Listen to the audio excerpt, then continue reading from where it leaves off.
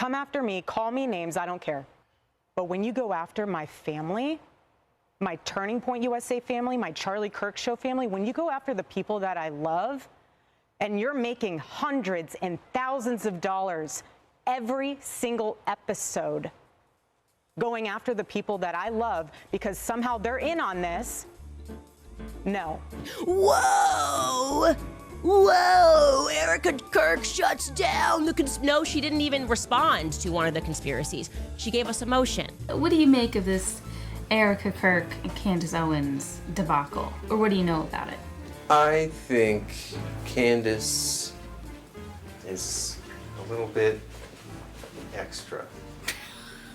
Okay. And that's the most lukewarm take anyone's ever had on Candace Owens. Dinosaurs, that seems pretty fake and gay. Today, I want to talk about the two hardest working ladies in PSYOP showbiz, Candace Owens and Erika Kirk. Lately, we've covered quite a few family vloggers, which Candace and Erika are not, but I would argue that they are motherhood influencers, which is still very relevant to my interests. How has it been raising kids? It's been great. You know, I think it's one of those things that I encourage all women to do. You're constantly being told this propaganda when you're a young woman of like, don't have a family, don't start a family. You know, men too, oh, wait until, you know, you're living out all your player days, and we're constantly fighting against our biology. So it's interesting to see how much of a lie it is. They share a peculiar hypocrisy exhibited by women who have careers as right-wing influencers. Both of them proclaim that feminism has made women miserable and that women should focus on their families above all instead of careers, in spite of the fact that both of them are incredibly busy with their careers and live lifestyles made possible by feminism. No career will give women as much joy and fulfillment as raising children. Candace Owens currently hosts the #1 most popular podcast in the US. Erika Kirk used to make regular appearances on one of the most popular podcasts, The Charlie Kirk Show, alongside, of course, her late husband. The study shows that married women with kids are the happiest. Why do you think that is? I mean, it's just nature. I mean, just becoming a CEO of a shoe company is not going to give you happiness. Women have it so mixed up. You can have a career after children, but if you try to have a career while you have your kids, there is no such thing as balance. That is such a myth. Candace Owens and Charlie Kirk were friends and collaborators. Candace worked for Charlie Kirk's organization, Turning Point USA, from 2017 to 2019. She resigned after the usual type of remark surfaced. The girls are fighting. Whoa! Whoa! And have taken aim at each other following Candace's pronouncements that she believes that Toilet Paper USA, I don't know why they named it that. When that's what comes to mind. That she believes that TP USA had something to do with Charlie Kirk's assassination. There is, I would like to be very clear, nothing that feels right to me about the Charlie Kirk assassination, and especially the way that some of his employees and friends have been behaving since that assassination. And that Zionists conspired to conduct a hostile takeover of Charlie's legacy. And then when Charlie started prodding the narrative about Israel, suddenly he realized he wasn't a free man. He wasn't a free man at all. Turning Point USA, who purport to care about what happened to him, purport to want the truth to get out, except not when it comes to the pressure that Charlie was under in the months leading up to his assassination, pressure that was coming from donors. She also recently had on a guest a fellow Charlie Kirk truther who stated that he believes Erika knew that Charlie was going to be assassinated and was somehow involved in the plot. If you could answer one question about the assassination, what would it be? And my answer, what did Erika know? Like, did she know he was going to die the next day? Because I think the answer to that question is yes, in my opinion. Erika Kirk has stepped in as CEO of TP USA and finds these claims, well, irritating. Podcaster Candace Owens, okay? At one time, a friend of Charlie's, at one time, an employee of Turning Point. She has been one of the main peddlers of these conspiracies, and she is making a huge amount of money on it. She is building her business off of these lies. What do you want to say to her and the other people that are putting these lies out into the world right now? Stop. That's it. That's all I have to say. Stop. Erika is super pro-Israel and is not warming up to Candace's assertion that Charlie was pushing back against his pro-Israel donors right before his death. We've been to Israel twice together. And to be able to walk in the place where our Lord walked and see the Bible come to life in Technicolor, how could you hate that place? Candace has some truly strange ideas about Charlie Kirk's demise. She seems to believe in some kind of multiverse, that we're on a particular timeline, and that a shadowy they, guess who they are keeping us from figuring out what's really going on. And the fact that we all thought there was a cornucopia on the Fruit of the Loom logo, but there somehow isn't, unlocks the whole thing. There was. All you guys had to do was to keep the cornucopia. We may have even let you rule over us forever. We may have never woken up to anything. That's my theory, okay? It was all well and good until you guys tried to convince us that Fruit of the Loom never had a cornucopia, right? There was one. We all know that. This is a popular Mandela effect, if you don't know what I'm talking about. Mandela effect being something that people collectively think they remember, but turns out to not be true. It's named after Nelson Mandela. A bunch of people, I think in the early 2000s, thought he was dead and he wasn't. I think he was just old. Also, Charlie appears to Candace in dreams and was maybe a time traveler. Don't think I will ever get over the fact that Charlie Kirk knew that he was going to die young. And I am starting to believe that so did the agents that surrounded him throughout his entire life. It is an absolute fact that Charlie Kirk thought that he was a time traveler. He told me he was a time traveler repeatedly. I showed you guys that text message exchange. I said to him in response that I didn't feel the same way and that I thought I was from another planet, that I was an alien my entire life. Just do not get it here. This planet is ghetto. Also, was Erika Kirk's Romanian Angels charity somehow involved with child trafficking? I kind of don't think so. I don't think that is very well substantiated. It feels like QAnon died and then Candace Owens stepped up to fill that void in the more, let's say, imaginative conservative circles. I'm not going to delve too deeply into any of these claims. I just want to give you a little taste of what Erika Kirk is up against. Erika has told the conspiracy theorists promoting the idea that TPUSA was involved in Charlie Kirk's death to stop.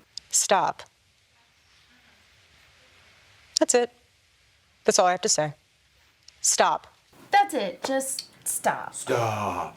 She's not a great talker. In response to Candace's queries, Erika has said that any unanswered questions have to do with prosecutors not letting the defense know their strategy, and fears that Candace's little theories might taint the jury pool, which I think is pretty fair. Why in the world, why should we, prior to the trial, lay all of our hands and cards on the table for the defense team to see, to somehow then, I don't even know what they would do with it. But what I will say, and I want to get on the Egyptian plane thing, we'll take a flight on that for a second. What I will say is what I'm worried about, and I'm fascinated, just from a legal standpoint, to see how the United Healthcare trial pans out. And I say that because this is the first time where we are seeing the implications. You're talking about Luigi Mangione. Correct. I'd prefer never to say any of their names. They do not even deserve the ounce of oxygen and breath out of my body. But what I mean is it's fascinating to see how social media will impact that court case, just how it might impact mine. Are you nervous he's not going to get a fair trial? I'm nervous that there could be, they'll say we can't find a fair jury. Like they're going to taint the jury pool. And in that case, that's how widespread you think these conspiracies have gone. Yes. They both agreed to a sit down with Megyn Kelly, but didn't broadcast their discussion. Candace backed off a few points following their meeting, leading a few theorists to speculate that they got to her.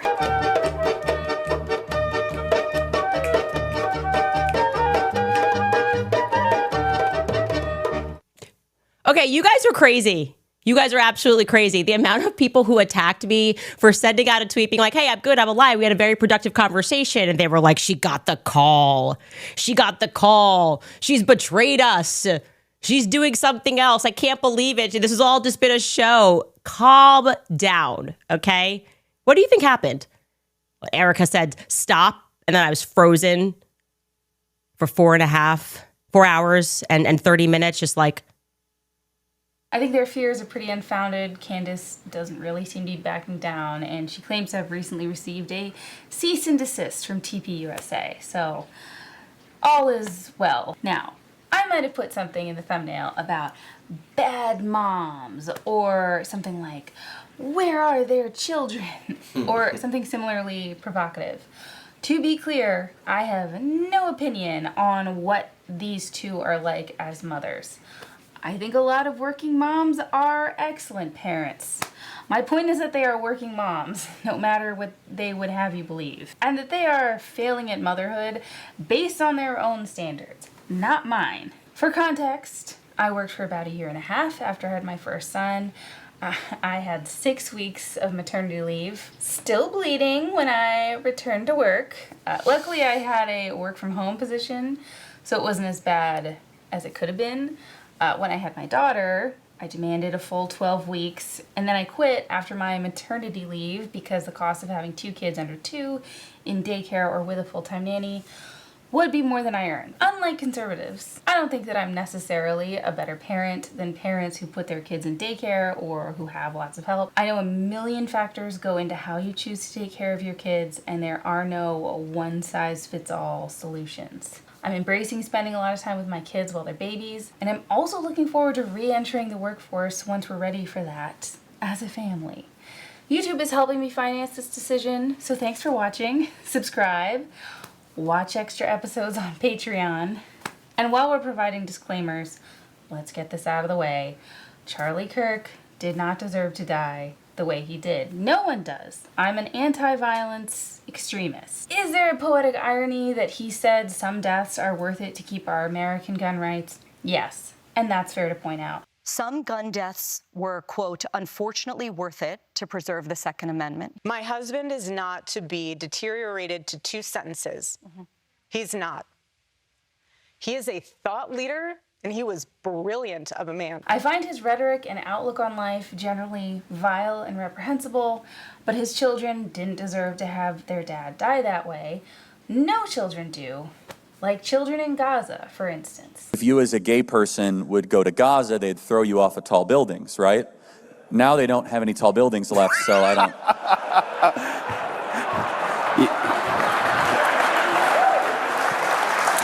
When you mess with the bull, you get the horns. Is that too soon? I'm sorry. Maybe you shouldn't kill Jews, stupid Muslims. I will say he deserved to be humiliated on the national stage.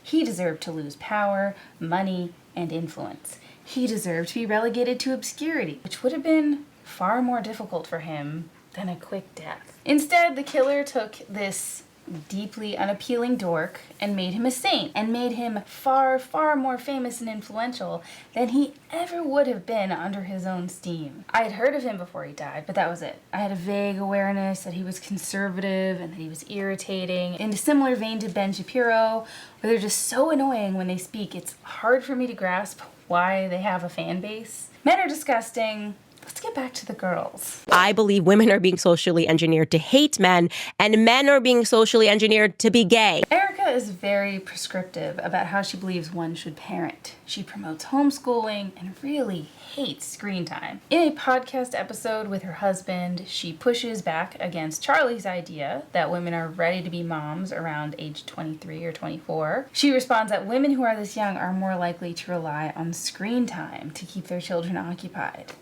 Shock horror. Women can make very good mothers with almost no training. It's just at 23, 24, women can make good mothers. I don't know about that. That's hit or miss. Because some women they have to be equipped for it too, and their heart's prepared for it, or else they're gonna stick their kid in front of cuckoo melon. What is it? Cocoa melon? What is it? Miss Rachel? Oh, her voice kills me.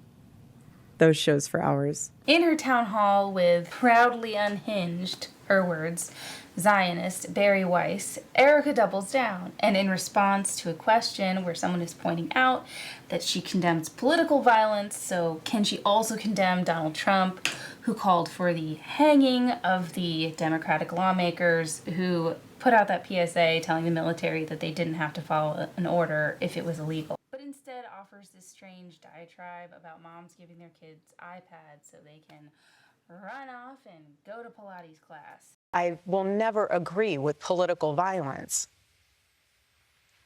My husband is a victim of it.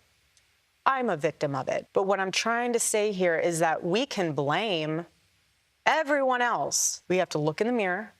When you become a father, when you become a mother, how are you raising your kids? Are you taking responsibility, or are you giving them a device and saying, go down that rabbit hole? I'm trying to go to Pilates class.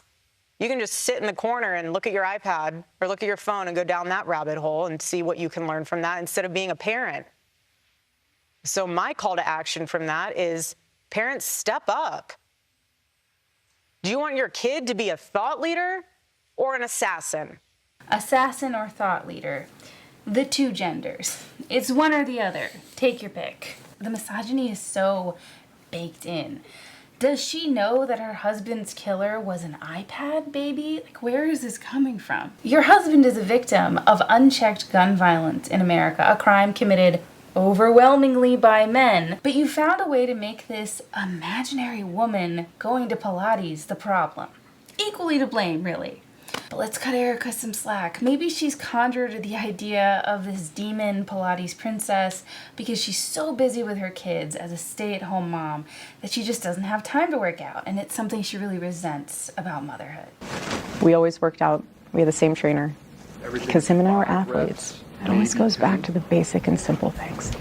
Moving on.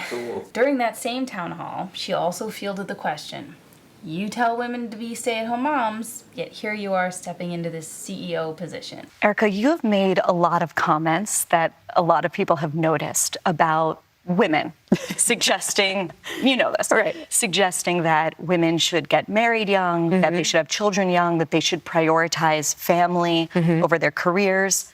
And at the same time, you are now doing both. You now have 2 young children, I think both under the age of 3. And you're the CEO and chairwoman of Turning Point.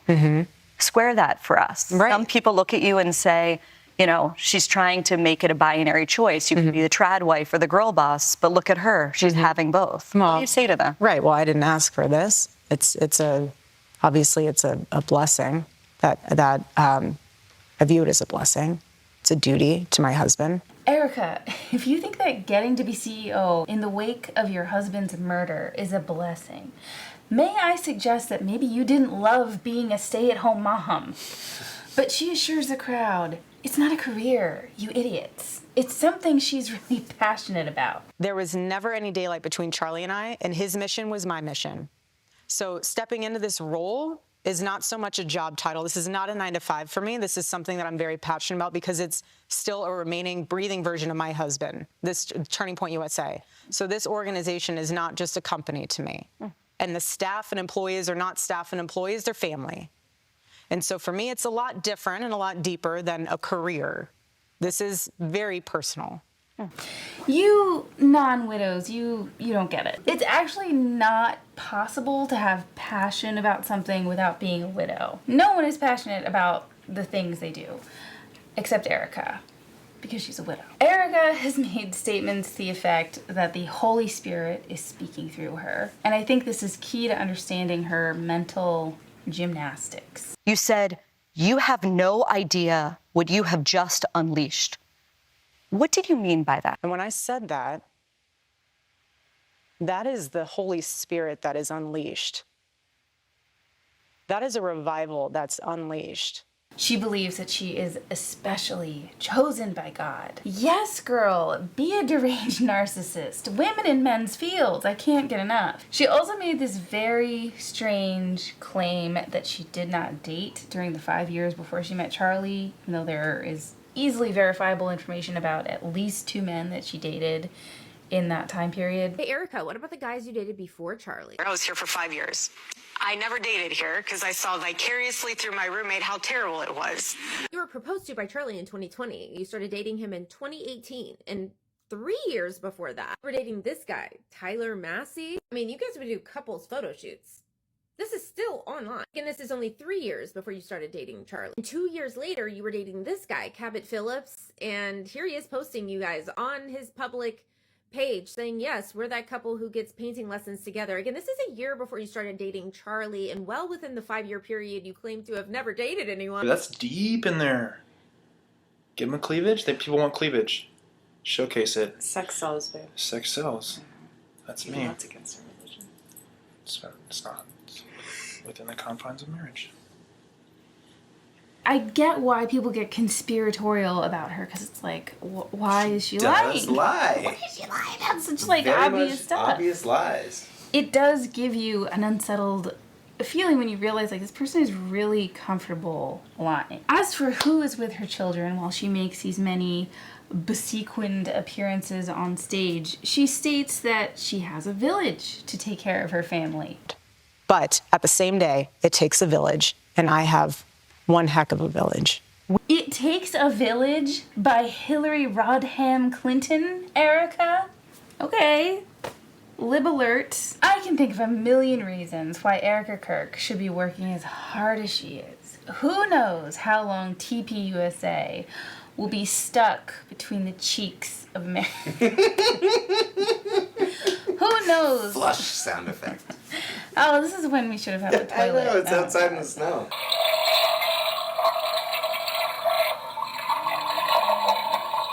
Keeps going. Who knows how long they'll be able to rake in millions from their conservative base. Make money while you can.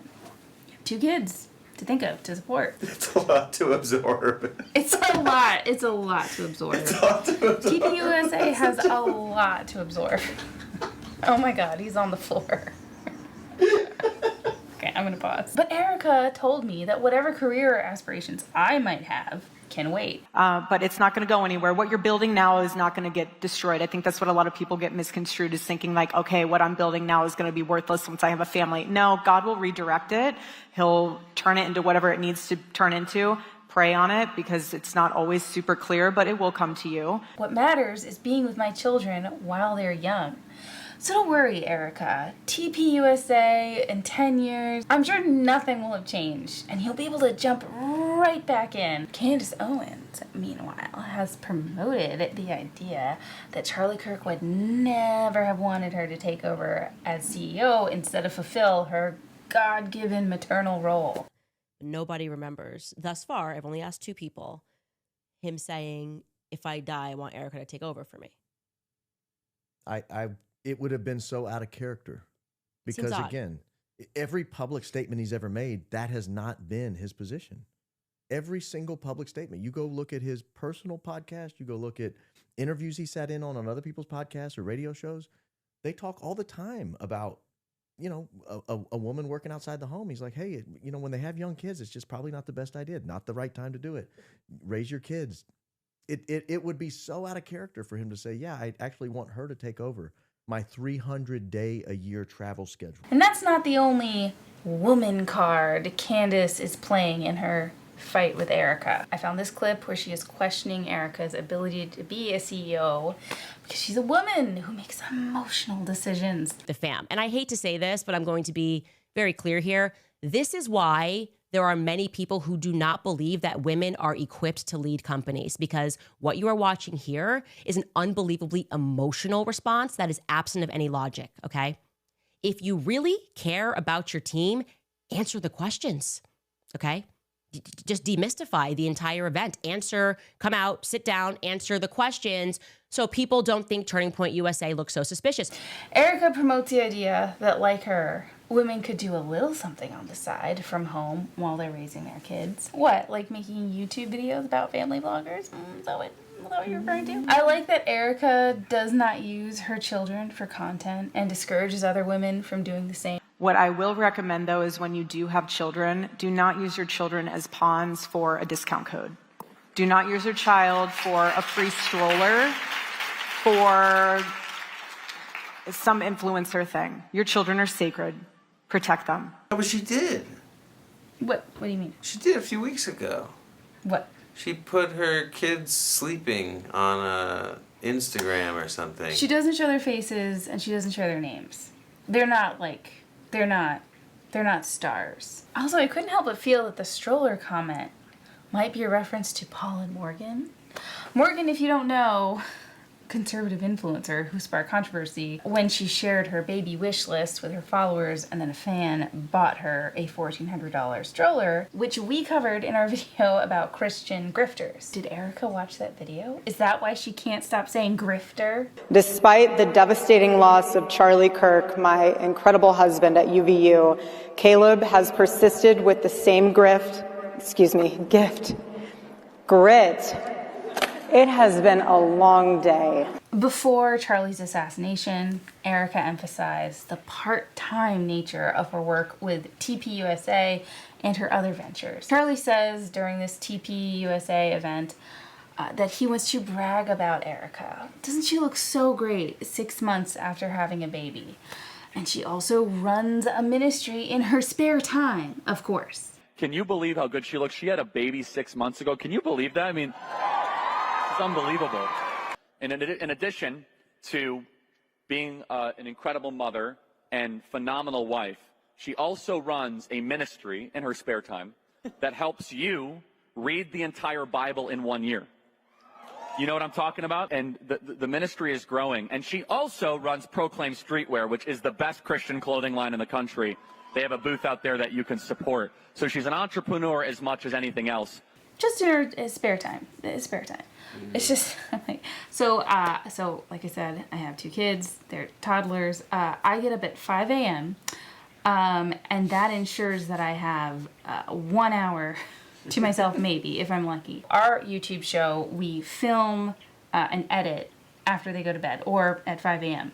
Like those are the only times that we can possibly make anything work. Yeah. So when I see people who obviously, are doing a lot throughout the day, you can't fool me. I know that you're not the one watching your kids. It's just, there's no way. So again, been an entrepreneur since I was 16, started a nonprofit. From there, I, in 2018, started a clothing company, a Christian clothing company called Proclaim Streetwear. And we have a podcast also called Midweek Rise Up that releases on Wednesdays. We're relaunching though in June. And then something that's so near and dear to my heart that has been going on for 7 years now is called Bible in 365. And I feel so honored and blessed to be the leader of that. We have, I want to say now almost 38,000 people with us this year. It started off with just me and a girlfriend, she's a dear friend of mine named Jess, who works with me now. And she is a part of Bible in 365 on the back end. So yeah, again, a very, I guess you could say I'm a social entrepreneur where I find little pockets within a culture that I like to disrupt and make some things happen. The kind of work that she does, it's just inconceivable that she wouldn't be getting in quite a bit of screen time on Instagram, Twitter, whatever. Candace also tries to position herself as a part-time podcaster. Her Instagram bio states, full-time wife and mother, part-time podcaster. In the intro to her show, you see her in a wedding gown and this beautiful maternity shot. She wants to underline for her audience that this is who she really is. A wife and a mother who just so happens to have an extremely lucrative side gig. Just a little hobby to keep things interesting. Having watched by now far too many episodes of the Candace Owens show, I will say that in my opinion, it seems quite unlikely that this is a part-time thing for her. Whether Candace is making up wild theories from whole cloth or truly believes in her secretive sources, she's absolutely putting together a huge amount of information for her audience. Information is, in quotes. She keeps mentioning these hour-long conversations she has with sources, and then all the information she's compiling in her huge spreadsheets. She's also done plenty of speaking engagements and toured colleges with Charlie Kirk. In 2024, she was scheduled to do a tour of Australia and New Zealand before the Australian government denied her visa. She recently published a book. She also runs a members-only book club. Sure, she has help, but I refuse to believe that she can accomplish her output with just a couple hours of work per day. Candace was just saying in a recent episode that because of the snowstorm happening this weekend, which is going on outside while we're filming, she's going to really lock in and get some work done on some of her elaborate spreadsheet. Got to get into this firing thing. I have a lot now, and I got to organize it over the weekend and things to give to you guys. And it's good because we're about to have a snowstorm and I can kind of plug in. I have 2 young children and I've been pretty busy keeping them from going stir crazy. She has 4 young kids, including a baby of around 1. What? And she's saying, oh yeah, a snowstorm, great, I'll have lots of time to myself. Something's not adding up. And when things don't add up, I start asking questions. Does she think we're stupid? That was my Candace Owens impression. That was pretty good. It was better in my head. She does kind of change the direction of her head a few times while talking. The tone is like restrained but burgeoning righteous indignation.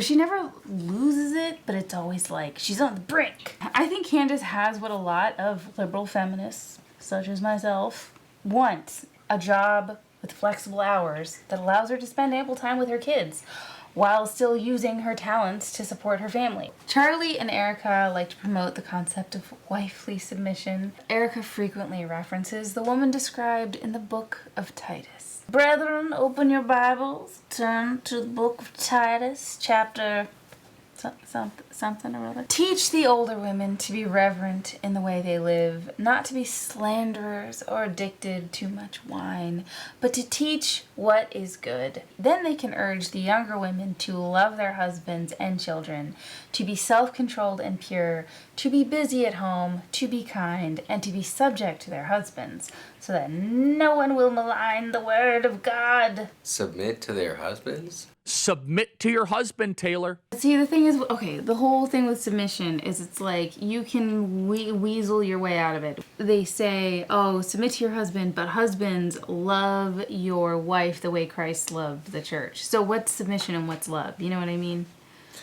Like, I don't think that we have a substantially different marriage than the couples who say that, oh, they have a Christ-centered marriage and they do the whole submission thing. I think because it's like we just do things for each other. And you can say like, oh, it's because she's submitting and it's because he loves her the way Christ loves the church. But it's really, we're just 2 people trying to make our family function. You know what I mean? Yeah, but the end result is kind of the same. Yeah. Yeah. I take care of the kids. I make dinner. I made you a sandwich. I do a lot of traditional wife things, not because I'm a traditional wife, not because I'm submitting to my husband, because that is how we as a couple have decided to divide labor. And maybe in the future we'll divide it differently, and it doesn't matter. It just matters that everybody gets fed and we're happy and healthy. Is that so hard to understand for you bitches? Oh my God. But like a lot of very online, worldly Christians, Erika can't quite get herself to admit what submitting to your husband actually means. For me as a wife, my biblical role is to be the helpmate to my husband. That does not mean I'm less than you. That does not mean that I am above you. Thank goodness. I love that you lead our home. Okay, so let me get this straight. You're not below your husband. You're also not above him. So that would make you, oh, I don't know, on the same level. She doesn't think things through. This is what I mean. Like, she's not a good speaker. Like, she's not. Or a thinker. Not a thinker. No. That is very fair. Not a thought leader. Not a thought leader. So, you know what they say. Oh! If you're not a thought leader, what are you? Oh, boy. Ooh. That lapel mic theory still holds sway. I don't want to hear about lapel mics. I keep seeing this with women in the conservative influencer space. They get to the line about submission, and they're like, oh, submission is actually beautiful, and it's how we're designed, and this is how it's supposed to work. And it doesn't mean I'm below my husband. Yes, it does. That is literally what it means. If you are taking the Bible literally, then that's what it means. And if you don't like that, don't be a Christian. Like, get a different hobby. To be honest, my knee-jerk reaction is to defend Erika from all the misogynistic comments she gets on her supposedly insufficient grief and her appearance. She can't do anything right. You people complain that she doesn't seem sad enough. She's doing backflips and stuff, you know? That was a meme. Got fireworks everywhere. That was AI. And we're going to make sure that we honor my husband so well that this whole world knows what his vision was and will be. And it's just, I feel so blessed. Everyone grieves differently, so if someone's acting weird, don't read into that. There's a lot of commentary, as I'm sure you're all aware, on her choice of sequins, that one thing she does with her eyes, her use of pyrotechnics, and her makeup. I think she looks great, and she should do herself up however she wants. But I will just point out that Charlie promoted biological determinism. I believe that there's a creator that designed us and that we're fearfully and wonderfully made. And you might not agree. I would just say how you were born. I could even say, just to come to common ground on that. Oh, okay, so the creator chose that men and women have separate roles and it's innate. Well, not just separate roles, but made differently. And out of being made differently, you get different roles. Right. Okay, so if gender is biological and not a performance, I have to ask, who is this show for? That's a question I have for all the MAGA gals. Are makeup and hair extensions gender-affirming care? Discuss. Like, I knew without anyone telling me that, of course, there's a drag queen performing as Erika Kirk. On the cross, our Savior said,